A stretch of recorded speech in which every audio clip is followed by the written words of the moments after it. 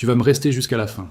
Pas parce que je t'y oblige, mais parce que ce que tu vas entendre dans les prochaines minutes concerne directement la valeur de ton argent, tes économies et la stabilité financière mondiale. Et si tu passes à côté de cette information aujourd'hui, tu pourrais le regretter demain. Voilà la vérité que personne ne te dit clairement. L'une des plus grandes économies du monde est en train de vaciller. Et quand elle ne tombe pas seule.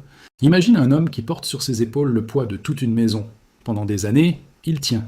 Il sourit. Il dit que tout va bien. Mais sous la surface, ses genoux tremblent. Un jour, quelqu'un ajoute une dernière brique. Et là, tout s'effondre d'un coup. C'est exactement la situation du Japon aujourd'hui. Ce pays est coincé dans un piège financier absolument unique au monde.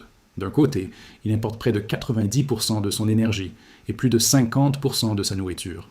De l'autre, sa monnaie, le yen, s'est effondrée de plus de 10% sur les 12 derniers mois. Et pour couronner le tout, l'instabilité dans le golfe Persique a fait exploser les prix physiques du pétrole à plus de 130 $ le baril. Tu fais le calcul. Avec un yen affaibli, les raffineurs japonais peinent probablement 140 $ ou plus par baril en monnaie locale. Et ce coût, il ne reste pas dans les coulisses.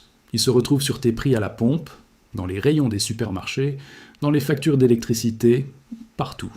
Mais voilà où ça devient vraiment inquiétant pour toi et pour le reste du monde. Tu dois comprendre quelque chose d'essentiel sur les marchés du pétrole, parce que c'est là que la plupart des gens se font avoir. Quand tu vois le prix du baril affiché à la télé ou sur Internet, ce chiffre, disons 90 $, c'est le prix papier. C'est le prix des contrats à terme. C'est une promesse de livraison future. Mais le pétrole que les pays achètent vraiment, celui qu'on charge sur les bateaux dans 10 à 20 jours pour l'envoyer au Japon ou en Europe, ce pétrole-là se négocie à plus de 130 $ le baril sur le marché physique. Il y a un écart gigantesque entre ce que les marchés financiers affichent et ce que les vraies économies paient réellement. Et cet écart, il est directement causé par la crise dans le détroit d'Ormuz. Le détroit d'Ormuz, c'est le corridor maritime le plus stratégique au monde. Environ 20% du pétrole mondial y transite chaque jour. Quand ce passage est perturbé, le monde entier en souffre. Et quand il est partiellement fermé ou sous tension, comme c'est le cas en ce moment, les prix physiques s'envolent. Les pays qui dépendent massivement des importations, comme le Japon, subissent une double peine, la pénurie et l'inflation. La question que tu dois te poser maintenant, c'est est-ce que cette situation va durer? Et surtout, quelles sont les conséquences sur les marchés financiers mondiaux? Parlons maintenant du vrai problème financier du Japon, parce que la crise pétrolière n'est que la surface. Le Japon a une dette publique qui dépasse 230% de son PIB. C'est le ratio le plus élevé parmi les grandes économies mondiales. Pour mettre ça en perspective, si tu avais un salaire annuel de 30 000 €, ce serait comme si tu avais des dettes de 69 000 €. Et chaque mois, tu dois payer des intérêts sur cette somme colossale. Pour éviter que ces intérêts n'explosent, le Japon a maintenu ses taux d'intérêt artificiellement bas pendant des années. C'est ce qu'on appelle le contrôle de la courbe des taux. La Banque du Japon achète des obligations pour garder les rendements au plancher. Résultat, les investisseurs étrangers empruntent en yens à taux quasi nul, investissent dans des actifs plus rentables ailleurs, notamment aux États-Unis, et engrangent des profits. C'est ce qu'on appelle le carry trade sur le yen. Et maintenant, tu vois le piège. Si le Japon hausse ses taux pour sauver le yen et combattre l'inflation, les intérêts sur sa dette colossale deviennent incontrôlables. Les investisseurs qui ont emprunté en yens vont rembourser massivement, racheter du yen, et ça crée une vague de liquidation d'actifs à l'échelle mondiale. Actions américaines, obligations d'État, marchés émergents, tout peut être touché. Et si le Japon ne hausse pas ses taux, le yen continue de chuter. Quand il atteint 160 yens pour $1, les signaux d'alarme se déclenchent partout. Les importations coûtent encore plus cher. L'inflation s'emballe, et la population commence à perdre confiance dans sa propre monnaie. C'est un piège parfait. Et le Japon est dedans jusqu'au cou. Maintenant, voilà où ça devient vraiment fascinant d'un point de vue géopolitique et financier.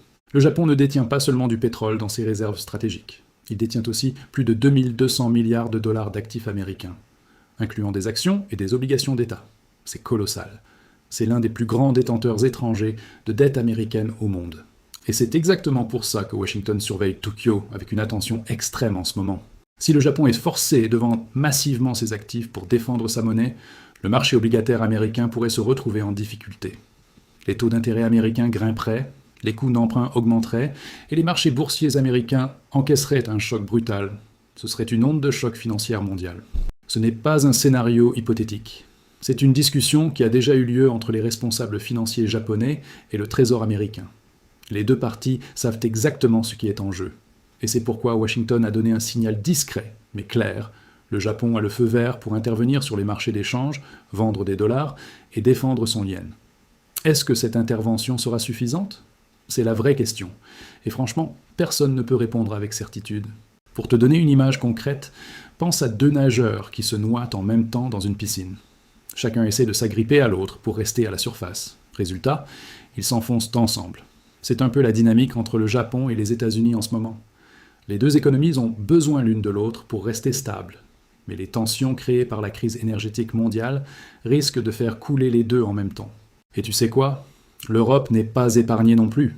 L'inflation en zone euro a bondi de 60 points de base à cause de la crise énergétique. La BCE a la capacité de remonter les taux pour lutter contre cette inflation, mais ça ralentit la croissance et met sous pression les pays les plus endettés de la zone euro. Le monde entier navigue à vue dans une tempête financière dont personne ne mesure encore complètement l'ampleur. Maintenant, parlons des signaux concrets que tu dois surveiller pour savoir si ça dégénère vraiment. Premier signal, le taux de change yen-dollar. Si le yen passe et reste au-delà de 160 pour un dollar, l'intervention japonaise sera insuffisante et une crise plus profonde deviendra probable. Deuxième signal, le prix du pétrole physique. Tant que le Brent daté reste au-dessus de 120 à 130 dollars, les économies importatrices comme le Japon continuent de saigner. Si ce prix retombe sous 100, c'est un signe que la pression se relâche vraiment. Troisième signal, le marché obligataire américain. Si les rendements des bons du Trésor à 10 ans remontent rapidement vers 5% ou au-delà, ça signifie que les acheteurs étrangers se retirent et que la pression monte sur la dette américaine. Ces 3 indicateurs, surveille-les comme ton compte en banque, parce qu'ils te diront avant tout le monde ce qui se prépare réellement. Il y a aussi quelque chose que peu de gens ont remarqué. Le Japon a lancé un programme de soutien financier de 10 milliards de dollars pour aider les économies d'Asie du Sud-Est à gérer la hausse des prix du pétrole brut. En surface, ça ressemble à un geste de solidarité régionale. Mais creuse un peu plus et tu vois la vraie logique économique derrière. Le Japon dépend massivement des chaînes d'approvisionnement asiatiques. Une quantité énorme de produits manufacturés arrive au Japon depuis des usines en Thaïlande, au Vietnam, en Malaisie, en Indonésie. Ces usines utilisent du pétrole et des dérivés pétroliers pour fonctionner. Si ces pays n'ont pas accès à l'énergie qu'il leur faut, les chaînes de production s'arrêtent. Et Tokyo se retrouve sans les composants et les produits dont elle a besoin. Ce n'est pas de la générosité, c'est de la survie économique déguisée en aide internationale. Et c'est brillant, parce que ça maintient les flux commerciaux asiatiques tout en préservant les intérêts japonais. Le détail qui illustre parfaitement jusqu'où va cette crise. Toto, le géant japonais des équipements sanitaires, a suspendu ses commandes de modules de salles de bain préfabriquées à cause d'une pénurie de solvants à base de nafta. Même les fabricants de toilettes haut de gamme ressentent la pression de la crise pétrolière mondiale. Tu réalises maintenant à quel point tout est interconnecté ?